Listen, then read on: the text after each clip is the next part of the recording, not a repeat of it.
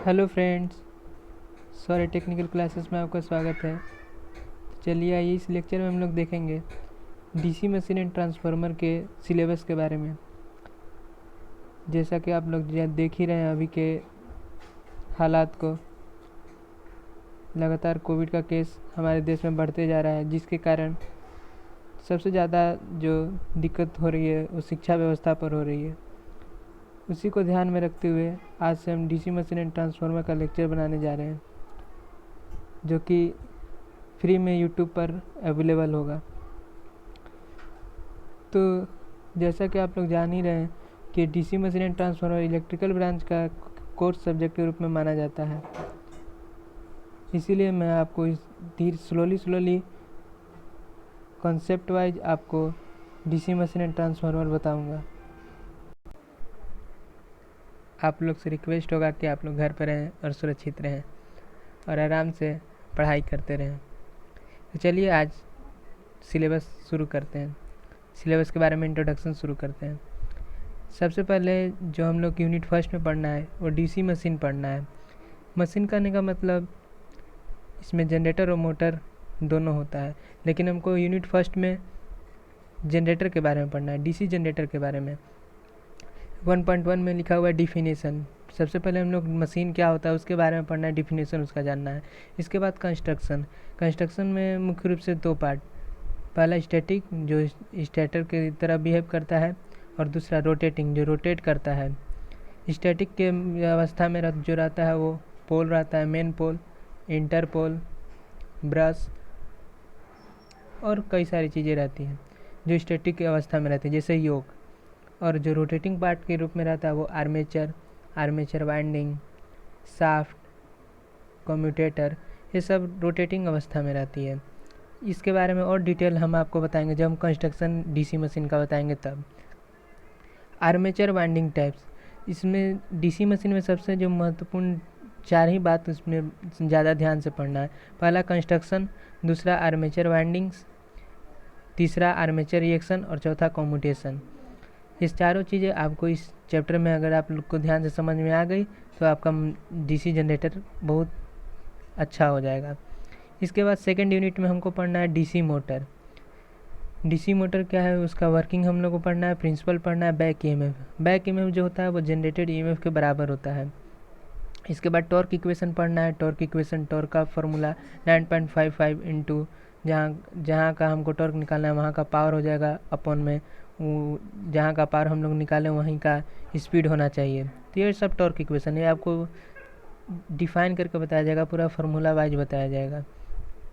इसके बाद characteristics, application of series DC motor, shunt DC motor, compound DC motor और जितने भी डिफरेंशियली कंपाउंड या फिर कम्युलेटिव कंपाउंड डीसी मोटर, सारी चीज़ें आपको डीसी मोटर्स में पढ़नी है, जो कि यूनिट 2 है। Speed control of DC motor का कैसे स्पीड कंट्रोल करेंगे ये सब आपको पढ़ना है, और इसके बेस्ड पर न्यूमेरिकल भी आपको बताया जाएगा। स्टार्टिंग ऑफ डीसी मोटर कैसे स्टार्ट होगा वो भी पढ़ना है, और साथ ही साथ इसके बाद जितने भी मोटर हैं, DC series motor, DC shunt motor, compound motor, ये सब का एप्लीकेशन भी पढ़ना है। इसके बाद सिंगल फेज ट्रांसफार्मर। आज एसी सभी जगह फैला हुआ है, उसका सबसे बड़ा जो कारण है वो ट्रांसफार्मर है। इसको हमको बहुत डीपली नॉलेज इसका लेना पड़ेगा, तभी जाकर हम लोग को कंपटीशन का क्वेश्चन इस ट्रांसफार्मर से जो आएगा वो बन पाएगा, वो आपको यहाँ पर बताया जाएगा। ट्रांसफार्मर क्या है, ये एक स्टैटिक डिवाइस है, फेज शिफ्टिंग डिवाइस है, निगेटिव फीडबैक डिवाइस है, और बहुत सारी इसके बारे में बताई जाती है। Constant frequency device, constant flux device और कई सारी बातें जो हम ट्रांसफार्मर के बारे में बताई जाएगी यहाँ पर। साथ ही साथ किस प्रिंसिपल पर हमारा ट्रांसफार्मर ऑपरेट होता है वो भी हम लोग इस चैप्टर में जानेंगे।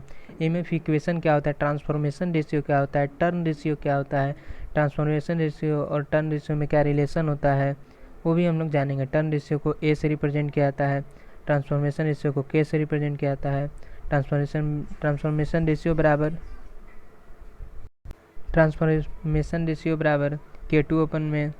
के बराबर N2/N1 या फिर E2/E1 या I1/I2, ये सारी चीज़ें आपको इसमें बताई जाएगी। इसके बाद हम लोग जानेंगे ट्रांसफार्मर का रेटिंग किस में किया जाता है, ट्रांसफॉर्मेशन का रेटिंग किस में होता है, किलोवाट में या केवीए रेटिंग में। तो केवीए उसका रेटिंग होता है, क्यों होता है उसके बारे में भी जानेंगे। इसके बाद ट्रांसफार्मर कितने प्रकार का होता है।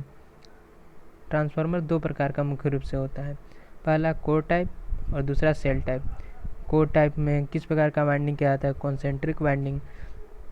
सेल टाइप में किस प्रकार का वाइंडिंग किया जाता है, सैंडविच टाइप वाइंडिंग कैसे किया जाता है, सारी चीज़ आपको बताई जाएगी।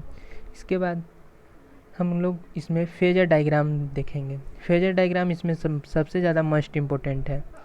अगर आपको फेजर डायग्राम नहीं बनाने आता है तो इस चीज़ को, ट्रांसफार्मर को पढ़ाने से पहले मैं आपको फेजर डायग्राम बताऊंगा, और इसके बाद आपको एकदम फेजर डायग्राम ट्रांसफार्मर में एकदम सीख लेना है। जैसे कि आपको जब induction motor, 3 phase induction motor पढ़ेंगे तो उसमें किसी प्रकार की कोई दिक्कत नहीं होगी। इसके बाद ट्रांसफार्मर ऑन लोड पर कैसा उसका फेजर डायग्राम बनेगा, ट्रांसफार्मर जब लोड पर नहीं होगा तब कैसा होगा, आइडियल केस में कैसा होगा, प्रैक्टिकल केस में उसका फेजर डायग्राम कैसे होगा, वो सारी चीज़ें हम लोग देखेंगे। इक्विवेलेंट सर्किट प्राइमरी में रेफ़र करेंगे तब क्या होगा, सेकेंडरी में रेफ़र करेंगे तब क्या होगा, प्राइमरी में रेफ़र करेंगे तो इम्पीडेंस के वैल्यू में क्या होगा, के स्क्वायर से डिवाइड करेंगे। जब सेकेंडरी में रेफ़र करेंगे तो के स्क्वायर से मल्टीप्लाई करेंगे इम्पीडेंस, रिएक्टेंस और रेसिस्टेंस में, और वोल्टेज पर क्या असर होगा वो इंटू के हो जाएगा। जब सेकेंडरी में रेफ़र करेंगे तब करंट में क्या होगा, सारी चीज़ें हम लोग देखेंगे। इसके बाद direct method of finding performance of transformer. Direct method जब हम लोग देखेंगे ट्रांसफार्मर का तो उसमें क्या चीज़ पता चलता है। Direct method of finding performance of transformer में हम लोग को वोल्टेज रेगुलेशन पता चलता है और इफ़िशियंसी पता चलती है। Finding the performance of single phase transformer by indirect method. Indirect method में हम लोग open circuit test, short circuit test. Open circuit test में हम लोग क्या मिलता है, आयरन लॉसेस मिलता है। शॉर्ट सर्किट टेस्ट में हम लोग क्या पाते हैं, क्या डिटरमाइन कर पाते हैं, तो हम लोग को कॉपर लॉसेस को डिटरमाइन कर पाते हैं। और भी कई सारी चीज़ें जो open circuit test and short circuit test, competition से रिलेटेड जितने भी इससे क्वेश्चन पूछे जाएंगे सारी चीज़ें आपको बताई जाएगी। ओल्ड इफ़िशियंसी और नॉर्मल इफ़िशियंसी में क्या अंतर होता है ये भी आपको इस चैप्टर में बताया जाएगा। फिर polarity of transformer and polarity test. Polarity additive polarity है, सब्ट्रैक्टिव पोलैरिटी है, किस प्रकार की पोलैरिटी है ट्रांसफार्मर में, और पोलैरिटी का टेस्ट कैसे करेंगे, ताकि इसका ये हम लोग यूज करेंगे ऑटो ट्रांसफार्मर में, और साथ ही साथ इसका यूज करते हैं सिंक्रोनिज्म के समय। इसके बाद हम लोग देखेंगे ऑटो ट्रांसफार्मर क्या होता है। ऑटो ट्रांसफार्मर इलेक्ट्रिकली और मैग्नेटिकली दोनों तरीके से कनेक्टेड होता है, और भी कई सारी चीज़ें। एडवांटेज क्या होता है, डिसएडवांटेज क्या होता है ऑटो ट्रांसफार्मर का। इसमें कॉपर लॉस कम होती है, कोर लॉस कम होती हैं, क्योंकि एक ही लिम्ब होता है उसी पर वाइंडिंग की जाती है, इसी के कारण। इसके बाद हम लोग कंपेरिजन इसका 2 वाइंडिंग ट्रांसफार्मर के साथ देखेंगे।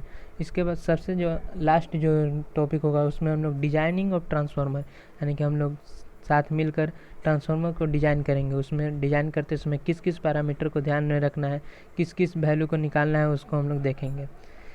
फिर जब यूनिट 3 पूर्णतः कंप्लीट हो जाएगा तो फिर हम लोग 3 फेज ट्रांसफार्मर जो यूनिट 4 है उसको हम लोग देखेंगे।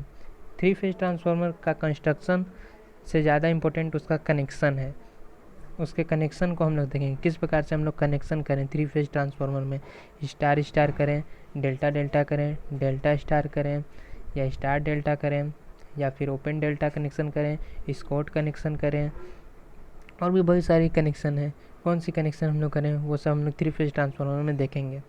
और फिर 3 फेज ऑटो ट्रांसफार्मर भी होगा, उसको भी हम लोग समझेंगे, कौन सा कनेक्शन बढ़िया है वो भी हम लोग 3 फेज ट्रांसफार्मर में देखेंगे। इसके बाद एट लास्ट सबसे लास्ट जो यूनिट है special purpose transformer. Current transformer को हम लोग स्टेप अप ट्रांसफार्मर भी कहते हैं।